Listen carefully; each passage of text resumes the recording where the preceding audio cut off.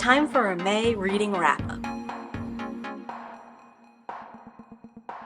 Twisted Beyond Recognition, Delightfully Twisted Tales box set by Nicky Drayden. First heard about Nicky Drayden through Tangible Read. She was reviewing Prey of the Gods, and it sounded amazing, 100% up my alley. That one wasn't available on Kindle Unlimited, and I wanted to give a little bit of a taste of Nicky Drayden's work before I went ahead and committed to purchasing a book from her. I read 2 of these Twisted Beyond Recognition stories. I liked the first one. The second one was fine. It was just too dark for my taste at that point in time, and like a little bit too weird. Plus the formatting of this book on Kindle Unlimited was just not good at all. So I ended up putting it down. Yes, Nicky Drayden is someone that I want to read more from. Yes, I probably do want to go ahead and buy Prey of the Gods, but this specific box set on Kindle Unlimited is just not for me. Next is Chlorophobia, an eco-horror anthology. I read 4 or 5 of the stories in here, and they were just not doing it for me. There was one that was pretty decent, and the rest of them I thought were like kind of cliche, hacky,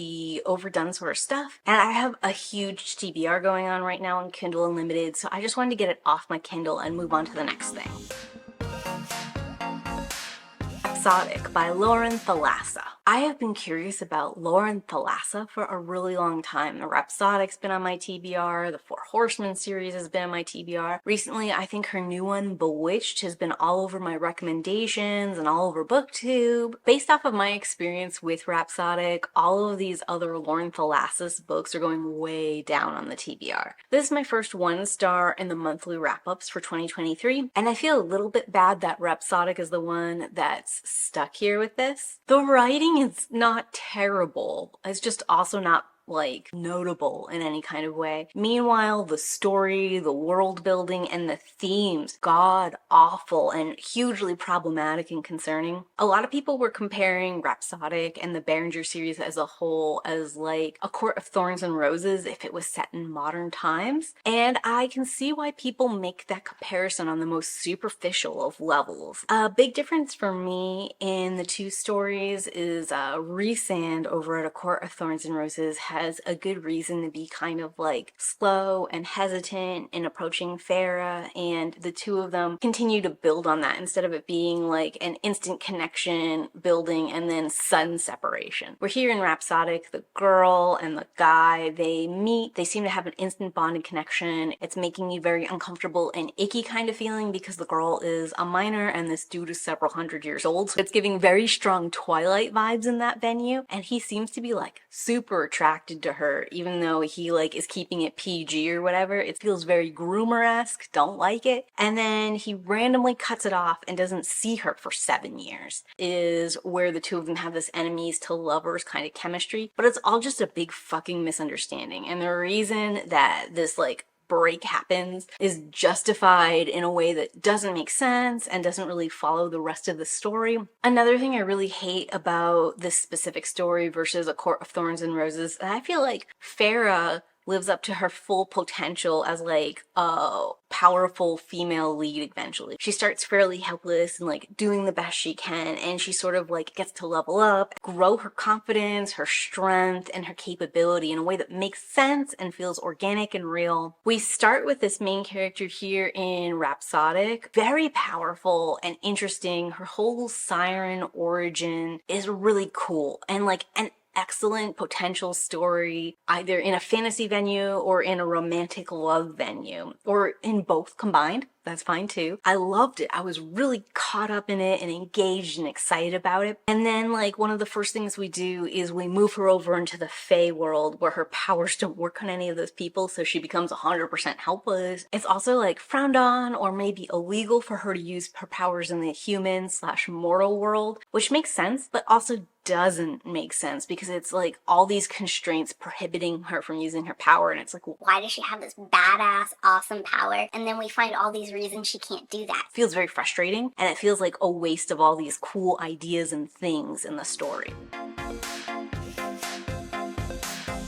The Midwinter Mail Order Bride by Katie Wilde. Heather over at Hia Booktubes recommended this book as a possible cozy fantasy romance style read, and I was curious in the cozy fantasy genre. Generally speaking, I see what the story is doing and I respect it. It's not really for me. For starters, I found the repetition of the what magic really is and Magic is love and emotions and caring for people. really stupid. Like, straight up hated that part of it. The first thing the barbarian thinks when he meets his mail order bride is like, Ugh, she's a sorceress, and sorcery is gross, and I hate magic, and all magic is corrupted. Rah, rah, rah. I'm so grouchy, and I know everything. I was really like predicting in my head that we would find out that sorcery is not terrible. Mostly because this barbarian dude like rubbed me a little bit the wrong way as always being right and knowing better than everybody else and being like a different super special snowflake and somehow just fucking knows more. If you can't tell from my language, the whole scenario made me feel really heated. I prefer love stories that are on more equal footing where like each person has different perspectives and they come to see the other person's perspective and they give a little here and give a little there. But this isn't that. And this poor sorceress girl, she has like some trauma and everything she's taught has been wrong and she has to unlearn it and just realize this barbarian is magically right about everything and go with it. I can see why it's a cozy fantasy because there's not a ton of stakes in it. The biggest thing is the two of them have to go back to this chick's home country because she saw a threat to her mother that nobody else saw and she wants to save her mom. And even that stake becomes like less and less the more you know about this girl's home life because it seems like people were not very kind to her. And so even though she's really invested in saving her family and like duty and honor and loyalty, it feels like nobody has earned that in her life. Even though I didn't really enjoy it, I get why it's recommended and I'd probably recommend it for cozy fantasy romance as well.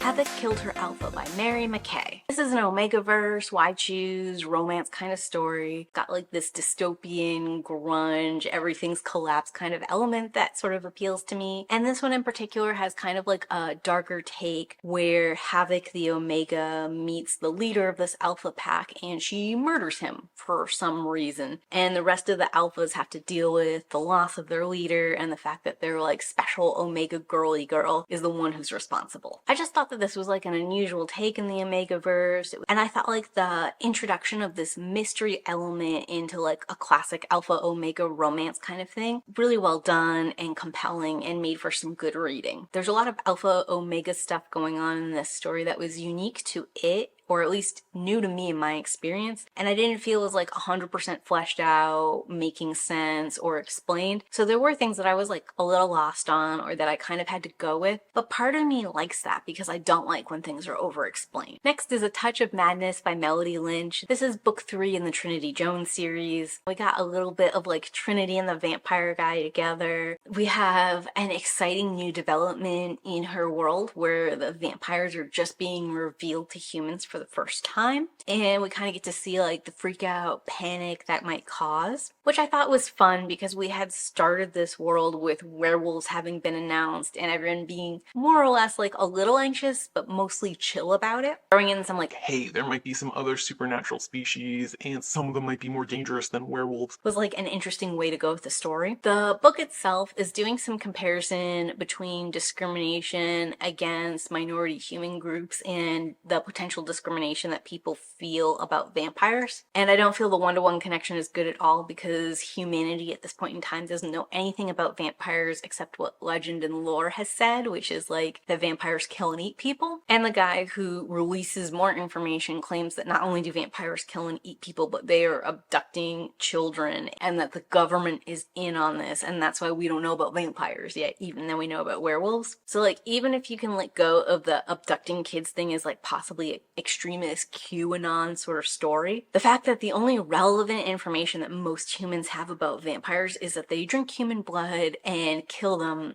sort of like, in my mind, justifies any potential prejudice or fear you might have finding out that vampires are real. Some of the directions the characters go through in this particular book are kind of weird too. Like, the witch friend of Trinity's and her have a huge falling out and are probably never going to be friends again. Like, we didn't know her that well, but she had been established as like a ride or die for this girl. And she knew that vampires had existed before this like new secret release of information. So her suddenly having an issue did feel like really forced and stretched and confusing and out of left field. I thought the relationship between her and the vampire guy was good all the way until the ending of that relationship, which felt really like confusing and odd and out of nowhere. In fact, like the vampire's hang up about how he can't give her children and can't let her live a normal life felt strange to me. Like, he's a super old vampire, he's had relationships with humans before. It seems like he would be cool with it, and that's the kind of thing that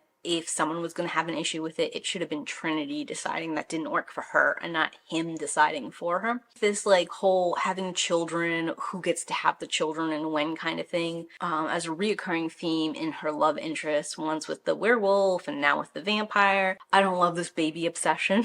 I'm not a big fan of baby crazy, if you know what I mean. And the way we sort of like soft reset the ability of the werewolf love interest to come back in was not to my liking personally, but I see that we want to play this love triangle out a little bit more. Also, I think the Trinity Jones series as a whole is doing like the noir detective kind of thing, and Trinity is like a female insert of like that tough, rugged man going in there, sneaking, getting informants, taking punches and stuff, and then they always have a new and rotating girl love interest. So she always has a new and rotating male love interest and a reason these things don't work out. I'm having enough fun with Trinity as like this detective doing all these investigations and peeking behind the curtain kind of things that I can let all these other gripes go and just enjoy this particular novella series for what it is. The Cyborg Merman by Amanda Milo. This is sitting at 4 stars as a horror story for me. I know it's intended as a romance, and as a romance is a 1 star to me. I was tempted to put it like right down there at 1 star with Rhapsodic, so it wasn't just sitting there by itself all lonely. But here's the thing, I really enjoyed reading The Cyborg Mermaid. I was really terrified and gripped by it the whole time. Learning about this alien race that's similar to mermaids and lives on a water planet, and because they want to interact with the rest of society, have cut off their tails and put in cybernetic legs so they can wander around and have these other implants so they can breathe air and talk and do all this other stuff. Fascinating and also scary. And then being in this like Wild West style world where the one woman has just lost her husband and she has to really fear being assaulted or killed or having everything taken from her because the laws are such that that's just how it is. Also very scary. The way their romance starts with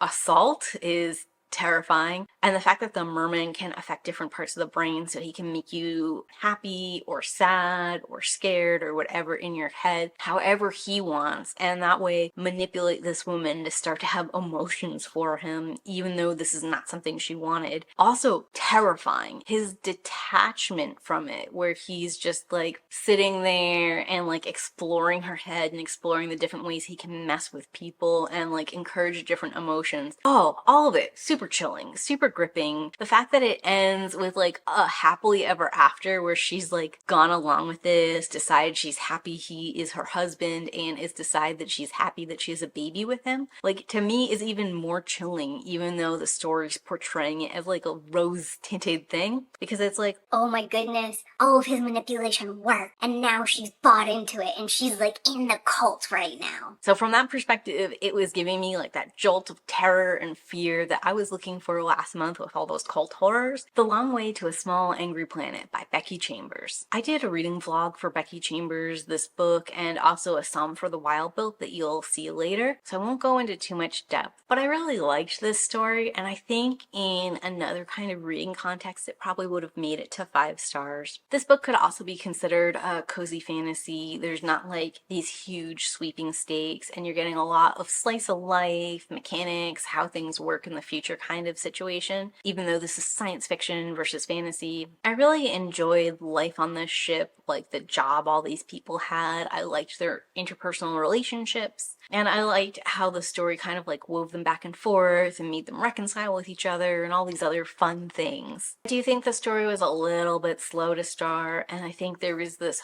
hook involved where Rosemary has like made a secret identity that she's hiding from everyone else, and the reveal as to why is a little bit flat to me. There's not a lot you can talk about with this kind of story without getting into spoilers, but it's definitely something that's like a fun, beachy kind of read. It's like more of an experience or like a full immersion style story. Next is The Serpent and the Wings of Night by Carissa Broadbent, and really this is the Crowns of Nyxia book 1 and 2 sitting here at 4 stars. I'm in the process of doing a Carissa Broadbent experiment, so I'm going to talk more in depth about this series there, but I liked it. I read these 2 books back to back. One of them is 500 pages and the other is 600, and even with like 1,000-page length that I had to like tear through, I still managed finishing them in about a day and a half. Now, part of the reason I was able to do that is because they're very exposition heavy, they're repetitive, and they could have used significant editing. So I was able to skim quite a bit of them. I can say a ton of negative things about these books, right? Like, I don't think the prose are very good. I think Carissa Broadbent uses a thesaurus and doesn't 100% understand the words that she's using when she uses the thesaurus. I think that she tried really hard to do these beautiful flowery prose, and they come off really stilted and a little bit cliche. She has way too much exposition and way too much angst, and her characters seem to intentionally not understand each other just so that the plot can keep going. And I still love the stories and ate them up and was really excited about them and enjoying them and just having a good time. Also, the use of the word vampires here seems like something that Carissa Broadbent did so that this wouldn't be like too heavily compared to A Court of Thorns and Roses. And the first book is definitely a Hunger Games style tournament, is there specifically to copy the Hunger Games. Carissa Broadbent does okay with the portrayal of Nyxia as this goddess of death and the night and the vampires, and how because she is the goddess of death, she likes people sacrificing their lives and their blood to her, and like this tribute that happens once in a while. So like she does an okay job explaining why we're in a Hunger Games like fight to the death, and I think she does better than most of these like Hunger Game clones in actually making all the trials and challenges like tie in to the world and the goddess and all this other stuff. Also, the whole like Nyxia giving a reward to these people feels a little bit off. She doesn't really seem like a goddess who'd be into rewarding people regardless of whether or not they risk their lives. She seems like someone who'd be like, you get to live,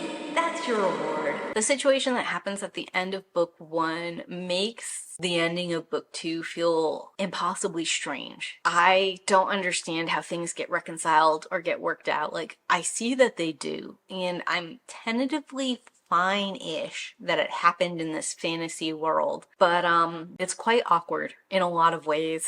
Oriah is our main character, and she has serious main character energy. It's a little bit like when our main action hero has to fight a mob of people, and each one of them like politely lines up so that he can fight them one at a time. I think Broadbent tried to sort of like hide that this is what is happening in the story, but it is painfully obvious in a way where there were a couple times I was like laughing out loud because we're definitely in the middle of a fight to the death, and everything gets put on pause so we can learn some really important information about this girl's backstory that she didn't know before and desperately wanted. I don't know if I'd have been as gung-ho into this series if I had had to like pay money for it, but because it is part of my Kindle Unlimited subscription and it's a Kindle Unlimited book, I think it's probably like some of the best fantasy, action, romance kind of stories you're gonna find in Kindle Unlimited. I think the world building was pretty good. I loved all the little tidbits we got about different gods and goddesses.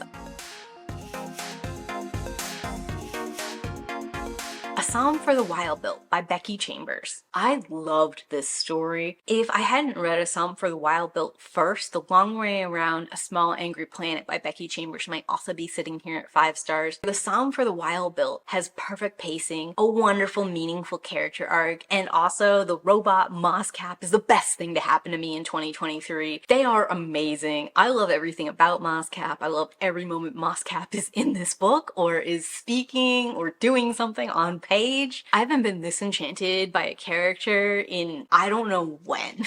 I like Sibling Dex well enough, and I like Sibling Dex's problem of just like an amorphous dissatisfaction with their life that's very human and relatable, something that I feel like we can all empathize with and like be rooting for them in. And then I love that they are first robot human contact in like a couple of 100 or 1,000 years. I can't remember how long. And that's not what they want. They kind of hate it for themselves and they resent Moscap a little bit that they drag them into this. And then the fact that Moscap wants to stick around and befriend them. And Moscap has like the best of intentions and knows that they're needed. And Sibling Dex is just so stubborn and doesn't want to admit it and has to do everything themselves. Like the dynamic of the two of them, beautiful. Both of them get a wonderful character arc in this. There's beautiful and intense world building. There's a lot of philosophical, thoughtful elements that I just loved in this. The actual journey through the wilderness was lovely. I love how this world is described and all the different environments and the ways that people are surviving and living with the land one-to-one. There's nothing about this story I don't like. Song of the Wild Built is definitely a contender for Best Book of the Year for me. It's going up against Riot Baby. The two of them are really different, and I'm really excited to like think more about which one of those is gonna beat it out, or maybe I'll even read something else that'll be up there on the list for me. And that's gonna be all of my reads in May. I think it was probably the best reading month I've had so far. But talk to me, what did you read in May? And do you have anything you'd recommend to me? Leave it for me in those comments down below. Thanks for watching, and as always,